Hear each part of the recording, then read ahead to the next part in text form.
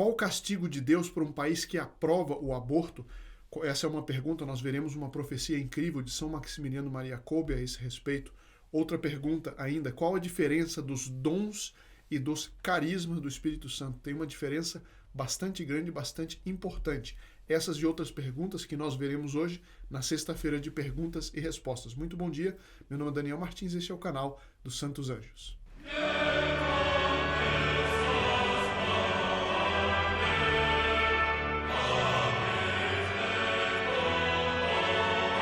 Salve Maria, muito bom dia a todos que nos acompanham. Atrair a ação e a presença dos santos anjos, afastar a influência do demônio, é uma das coisas mais importantes de que o mundo mais precisa hoje. Esse é o objetivo das nossas conversas e do apostolado, né, que é feito através desse canal, através do grupo Apóstolos dos Santos Anjos.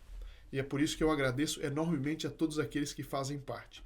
Bom, hoje é o dia que é celebrada a Santa Missa, todos aqueles que colocaram as suas intenções durante a semana. Quem não colocou já pode colocar agora para não esquecer para a missa da semana que vem. As primeiras perguntas que eu recebi durante a semana foram a respeito da oração. Então nós vamos ver algumas perguntas a respeito, dúvidas a respeito da oração. Depois nós vamos ver a questão essa profecia, né, de São Maximiliano Maria Kolbe a respeito do país que aprova, onde se praticam muitos abortos.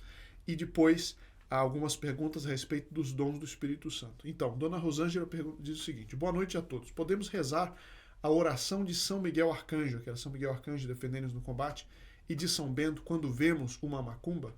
Eu e meu marido fazemos isso. Muito obrigado, preciso muito da resposta para não errar. Por que ela está dizendo aqui para não errar? É porque na medalha de São Bento tem uma oração que diz assim: vai embora Satanás.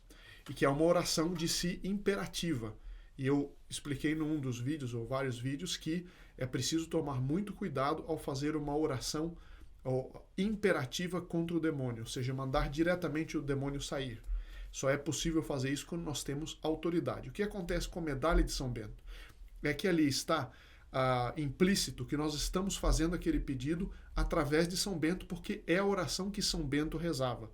Então, se nós não temos a intenção de fazer ali uma oração direto sobre uma outra pessoa, que nós não temos autoridade, mas se nós fazemos aquela oração para que Nossa Senhora nos proteja, que São Bento proteja aquela pessoa, que Nossa Senhora, Nosso Senhor protejam aquela pessoa, então não tem absolutamente nenhum problema e é recomendável. Uma das medalhas, talvez a medalha mais antiga, né, que se tem registro na Santa Igreja, portanto muito tradicional, portanto não erra quem faz aquela oração. O que não se deve fazer é fazer uma espécie de sessão de exorcismo sobre uma pessoa, uma oração de libertação sobre uma pessoa sobre a qual nós não temos autoridade, né? Então, eu espero que isso, rapidamente falando, isso explique a pergunta. Mas sim, é bom usarmos a medalha, fazermos essa oração, tendo apenas esse cuidado. Patrick Philip pergunta o seguinte: uma dúvida que eu tenho é se o melhor seria não verbalizar nenhum pedido, desejo, para o inimigo não ter acesso, pois aí ele não saberia no que atrapalhar. Afinal, os desejos mais íntimos de um católico provavelmente, em algum momento e com frequência, se verbalizará em oração. Afinal, aquilo que você jamais quer, você jamais irá pedir de forma verbalizada a Deus? Bom, aqui, Sr. Patrick, eu normalmente respondo a essa dúvida da seguinte maneira. O demônio, o senhor está perguntando isso por causa do vídeo, provavelmente, que nós falamos de que o demônio não tem acesso direto à nossa inteligência. O demônio não sabe o que nós estamos pensando.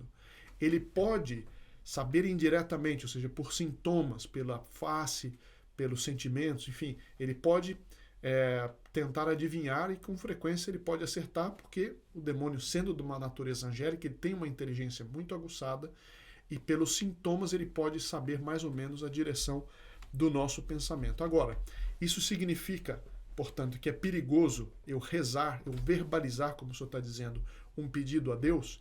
Eu digo, em geral, não. Existiram santos que tomavam certo cuidado ao verbalizar justamente para não deixar o demônio fazer algo a respeito de uma pessoa para quem eles estavam rezando.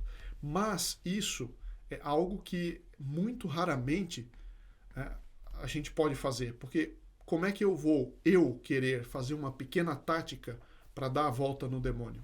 Por isso que eu recomendo muito mais a pessoa aumentar a devoção ao anjo da guarda e pedir ao anjo da guarda que confunda o demônio.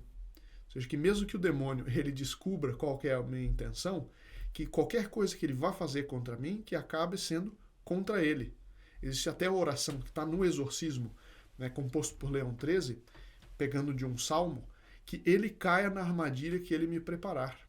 É isso que nós devemos pedir, porque tentar nós fazermos um jogo de esconde-esconde com o demônio, ele é muito mais esperto do que nós. É muito melhor pedirmos que o anjo da guarda dê um jeito na situação. Portanto, eu recomendo para o geral dos católicos que faça o pedido. Não importa se o demônio vai ouvir, não vai ouvir, vai ver, não vai ver. O que importa é que quando nós verbalizamos um pedido, isso quem explica é Santo Agostinho, nós desejamos aquilo mais, porque é próprio do homem ele desejar mais aquilo que está exteriorizado.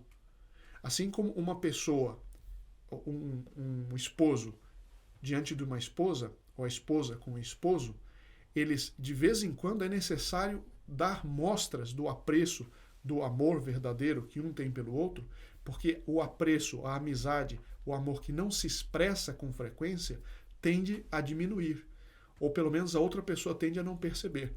Então é próprio do homem verbalizar, e Deus quer isso. Muita gente diz, mas Deus já sabe o que eu preciso, por que eu tenho que pedir? Primeiro, porque eu pedindo, eu vou desejar mais. Eu desejando mais, se for uma coisa boa, eu vou amar mais a Deus. E aquela coisa que é boa. Em segundo lugar, porque Deus quer que eu conquiste algo por mim mesmo.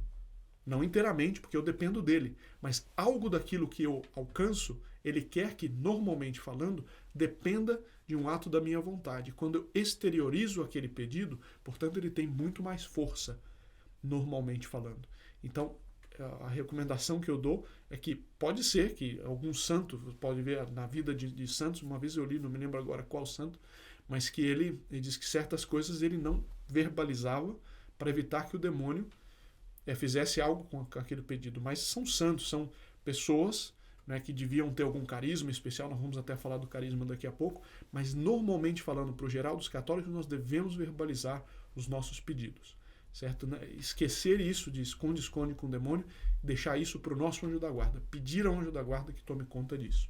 Só Adriano pergunta, como se reza para as almas do purgatório? Como é a forma correta de rezar? Bom, aqui, senhor Adriano, nós podemos fazer vários vídeos, até já fizemos alguns vídeos sobre isso, mas para dar uma resposta rápida, eu dizer o seguinte, como se reza as almas do purgatório? Eu diria assim, no dia a dia, no concreto, de duas formas. Primeiro, explicitamente rezando, seja um terço, seja uma oração muito rápida, dizendo que pela misericórdia de Deus descansem em paz as almas dos fiéis defuntos. Pronto, eu rezei pelas almas do purgatório. Eu posso pedir algo para as almas do purgatório? Posso simplesmente pedir, santas almas do purgatório, eu vos peço que me ajudeis nesse problema. Uma outra forma de pedir, rápida, simples, não é preciso pensar muito, fale isso. Uma outra forma é oferecer uma ação ou um sacrifício pelas almas do purgatório. Então, eu ofereço este sacrifício, esta aflição, este problema, esta angústia, eu ofereço pela libertação das almas do purgatório e peço que elas me ajudem nessa aflição. Simples, direto, não tem a oração qual que é a definição mais simples de oração, mais básica? É elevação da mente a Deus. O que a oração faz? Ela faz 4 coisas: adoração, reparação, petição e ação de graças. Mas nem toda oração a gente vai fazer essas 4 coisas explicitamente. Estão implícitas em toda a oração. São os 4 atos de culto a Deus: adoração, reparação, petição, pedir, e ação de graças, agradecer. Agora, mas e se eu rezo a Nossa Senhora, eu estou adorando ela? Não, eu estou por meio dela adorando a Deus. Então sempre estão implícitos esses 4 atos. Mas no dia a dia é muito frequente que a gente vai colocar o foco maior em um desses 4 atos. 4 atos. Então, petição, às vezes na oração eu apenas peço. Eu sei que está implícito que eu peço porque eu reconheço a Deus como Todo-Poderoso, reconheço a Nossa Senhora como Mãe de Deus, que recebe os poderes de Deus, os santos como pessoas que amaram, que adoraram a Deus e, portanto, vão me trazer mais junto mais perto a Ele. Então, só que no momento da oração eu não preciso pensar em todas essas coisas. Eu peço aquilo que eu estou querendo, ou eu faço um ato de reparação que eu vejo que é necessário, e com isso nós somos agradáveis a Deus. Deus nosso Senhor, Ele não é um carrasco que está ali em cima. Você pediu, mas você não adorou. Não, não é assim. Então eu posso rezar, e muitas vezes as jaculatórias, o papel das orações jaculatórias, que são orações curtinhas, feitas no momento, elas têm um papel enorme na vida espiritual, certo? E, portanto, também para pedir para as almas do purgatório algum favor, ou para fazer um favor a elas, oferecendo um sacrifício, por exemplo. Dona Isabel pergunta, posso rezar o rosário logo após a meia-noite, ou tem que ser após as 3 horas da manhã? O que Dona Isabel está perguntando é o seguinte: se eu rezo o rosário todos os dias, o que eu devo considerar como o início do dia? Diz, normalmente falando, meia-noite. Agora, tem pessoas que têm, por exemplo, que trabalham como vigias, né, em monumentos, e que tem que trabalhar até as 3 horas da manhã. O importante é que a pessoa considere sempre o mesmo horário. Né? Eu já vi pessoas muito boas que trabalhavam até as 3 horas da manhã e que, portanto, terminavam as orações antes disso. Mas a gente precisa ser consistente. Se a gente sempre reza e considera as orações do dia até as 3 horas da manhã, a gente deve sempre considerar aquele horário, né? E não ficar mudando. Não vai dizer, não, mas a liturgia da igreja, como é que fica? Não. O que é oficial da igreja, aí é oficial da igreja, tem os horários próprios. Mas se a pessoa tem, esse é o caso desse vigia que trabalha em monumentos históricos, por exemplo, que ele tem que ficar trabalhando até as 3 horas da manhã, ele deve fazer o horário, mas deve ser consistente com aquilo que ele considera o fim do dia em matéria de orações. Laudivan Santos, ele diz o seguinte, ele fala a respeito da situação do mundo e dos castigos. Eu acredito em todas essas profecias, até porque a igreja sempre ensinou, mas o problema agora é que a própria igreja não tem quem fale disso. Quando eu digo a igreja, falou a maioria do alto clero. Tem uma minoria que segue Nosso Senhor, que ele ensinou nos últimos 2000 anos. A igreja sempre ensinou. Mas esses geralmente são até perseguidos dentro da igreja. Laudivan é exatamente isso. Tem toda a razão. E esse é um dos motivos do castigo. Em várias profecias particulares, em que Nosso Senhor ele se lamenta justamente não dos pecados dos muçulmanos, não dos pecados das tribos aborígenes na Austrália.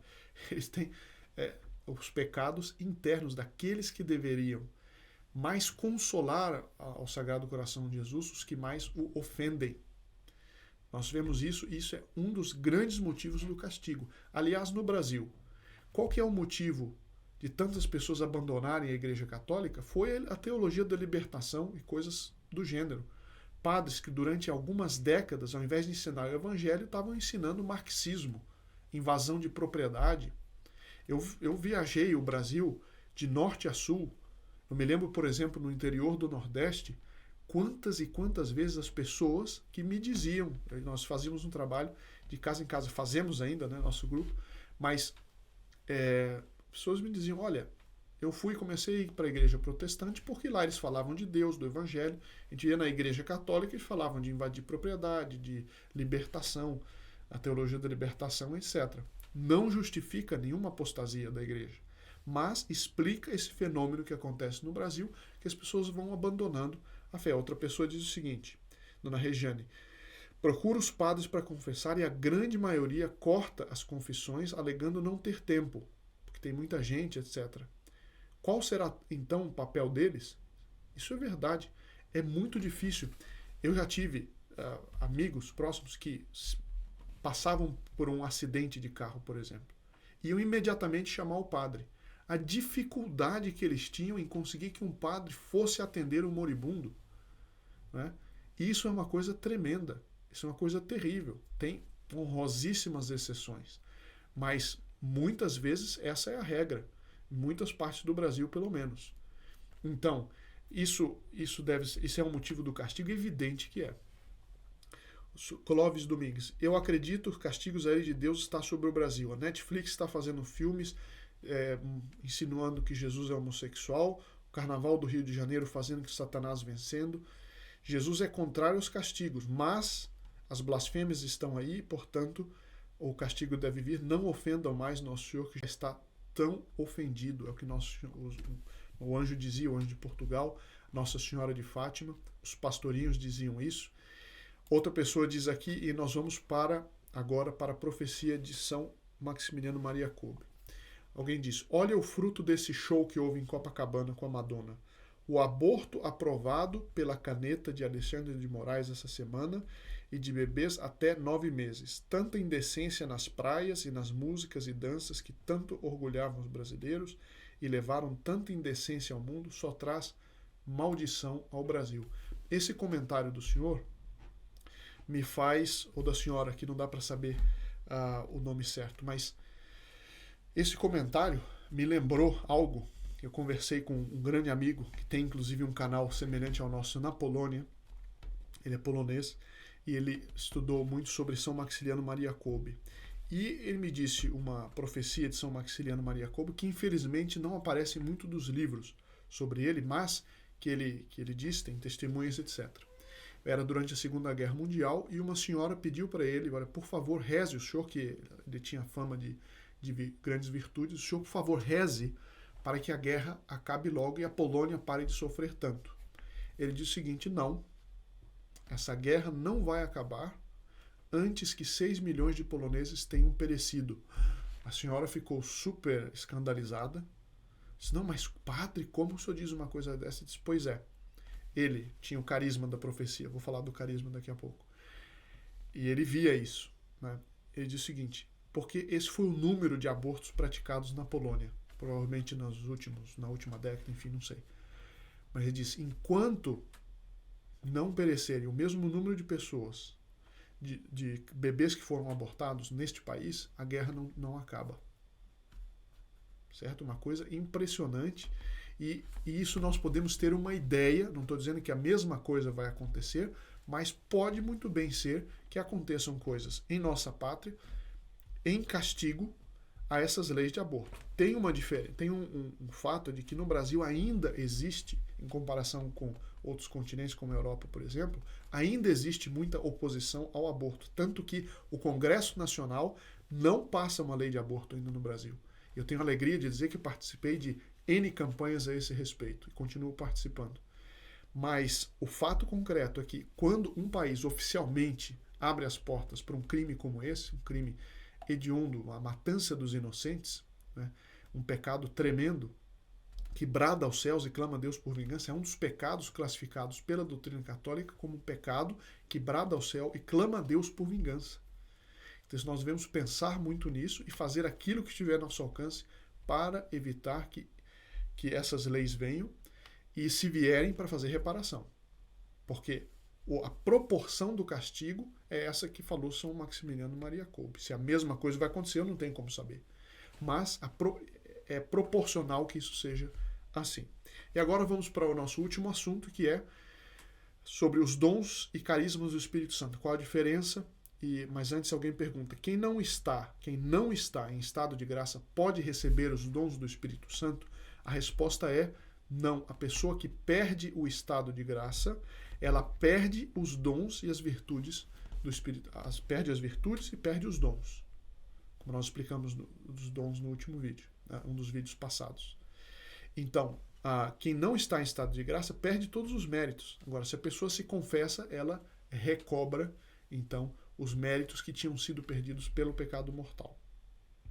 Agora, poderia falar dos dons infusos, dom de língua, ciência, sabedoria, discernimento dos espíritos, cura, fé, milagres, num total de 9. O movimento carismático fala muito neles e qual a relação entre dons e carismas. Bom, e aqui eu vou para o nosso último assunto para explicar bem isso. Qual a diferença entre dons e carismas? Primeiro, o que são carismas? Carisma é uma dessas palavras que às vezes nos confunde, porque ela tem sentidos diferentes. Tem o sentido comum da palavra carisma, que significa uma pessoa que tem muito carisma, uma pessoa que pelo próprio modo dela ser, ela tende a atrair muito mais pessoas do que outro que não tem esse mesmo carisma. É um dom natural, certo? Que a pessoa atrai pelo modo de ser, enfim, o conjunto da personalidade atrai mais do que outros. Isso é natural, é normal, todos nós conhecemos pessoas que às vezes falam quase nada, fica todo mundo assim, acha estranho, e uma outra pessoa que é mais carismática nesse sentido fala a mesma frase e todo mundo acha graça, enfim. Isso é natural, isso é normal. Bom, o termo grego carisma vem de amor, que significa amor. E o carisma, no fundo, é um ato de amor a Deus que dá uma característica para uma determinada pessoa, né, e que para ela usar para o bem. Bom, ela pode usar também para o mal. Então eu tenho aqui uma explicação da Enciclopédia Católica da primeira metade do século XX, que é muito boa. Depois começou o progressismo, enfim, e começaram algumas enciclopédias com menos precisão. Ela diz o seguinte: o termo grego carisma denota qualquer bom presente que flui de Deus, benevolente, porque pelo amor de Deus, Deus dá um presente para alguém. Qualquer graça divina ou favor, variando que nos dá a redenção e a vida eterna para consolar na comunhão com os irmãos na fé. Então esse é um sentido geral de carisma, qualquer dom de Deus, qualquer presente de Deus. O termo tem, no entanto, um significado mais estreito, o significado espiritual, que são graças atuais, favores de Deus, qualificações concedidas a todos os cristãos para executar sua tarefa na igreja. Esse é um pouco mais restrito. Agora, quando nós falamos dos carismas do Espírito Santo, mais especificamente, o que é? É um termo teológico para designar graças extraordinárias, dado a alguns indivíduos católicos para o bem dos outros. Então, aqui está o ponto da carisma do Espírito Santo.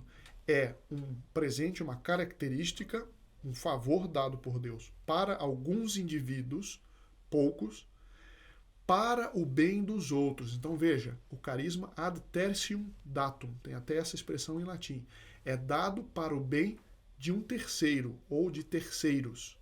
O carisma não é algo para iluminar e exaltar uma pessoa, e não é dado para a pessoa. É dado para a pessoa, mas diretamente para fazer bem aos outros. Certo? Então os dons são dados para mim. Os dons do Espírito Santo, sabedoria, entendimento, são dados para mim, para fazer frutificar melhor, para fortalecer as virtudes, não é? E me fazer santificar, para me santificar. Então, os dons e as virtudes são dados para mim. Os carismas, se eu recebo, são dados para eu favorecer outros. Isso é a definição mais básica teológica de um carisma do Espírito Santo.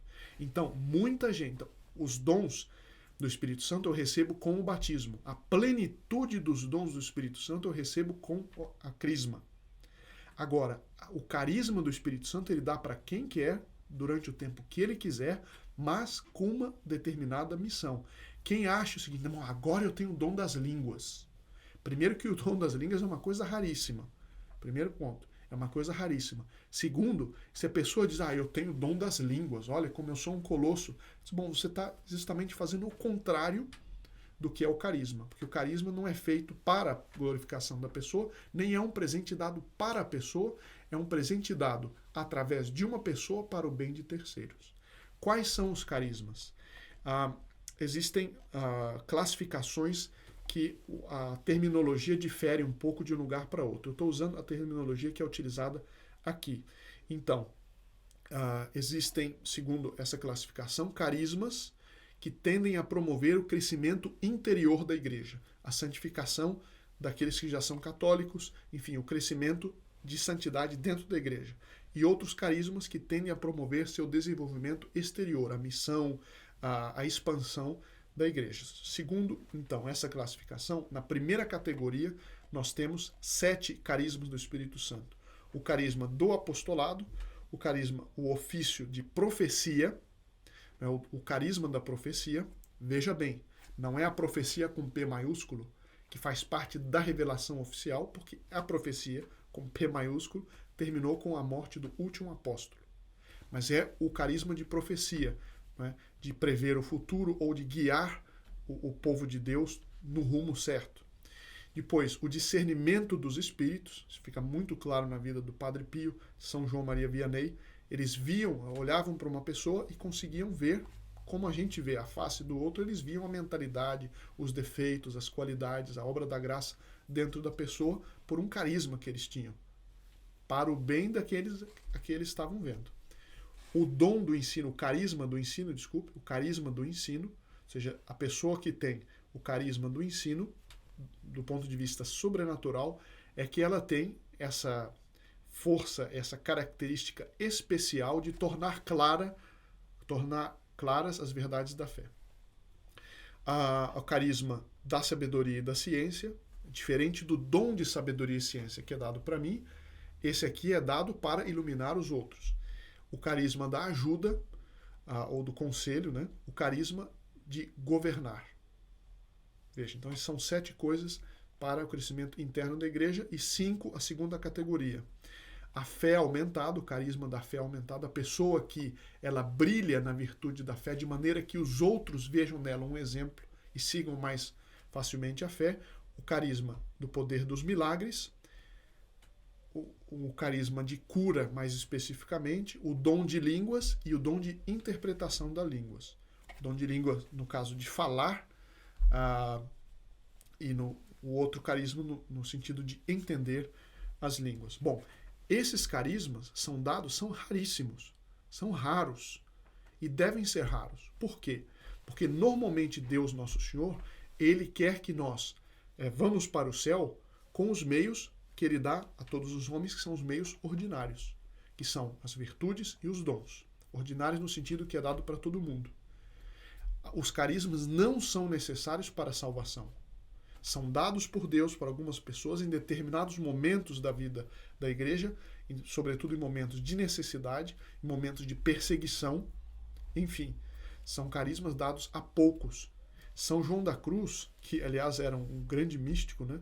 Ele dizia: a pessoa que, sem um motivo especial, sem uma graça especial, fica desejando graças místicas ou fica desejando carismas, facilmente cai em erro. E é o que nós estamos vendo. Olha, visões, revelações, carismas são coisas raras. Nós não precisamos delas para nos salvar.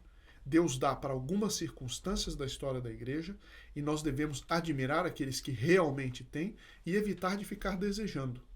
A não ser que Deus nos coloque numa situação em que aquilo seja necessário. Mas, normalmente falando, nós devemos desconfiar de pessoas que ficam o tempo inteiro falando de carisma. Né? Por quê? Porque a pessoa que fala demais de carisma, no fundo, ela quer se exaltar a si mesma. Normalmente falando.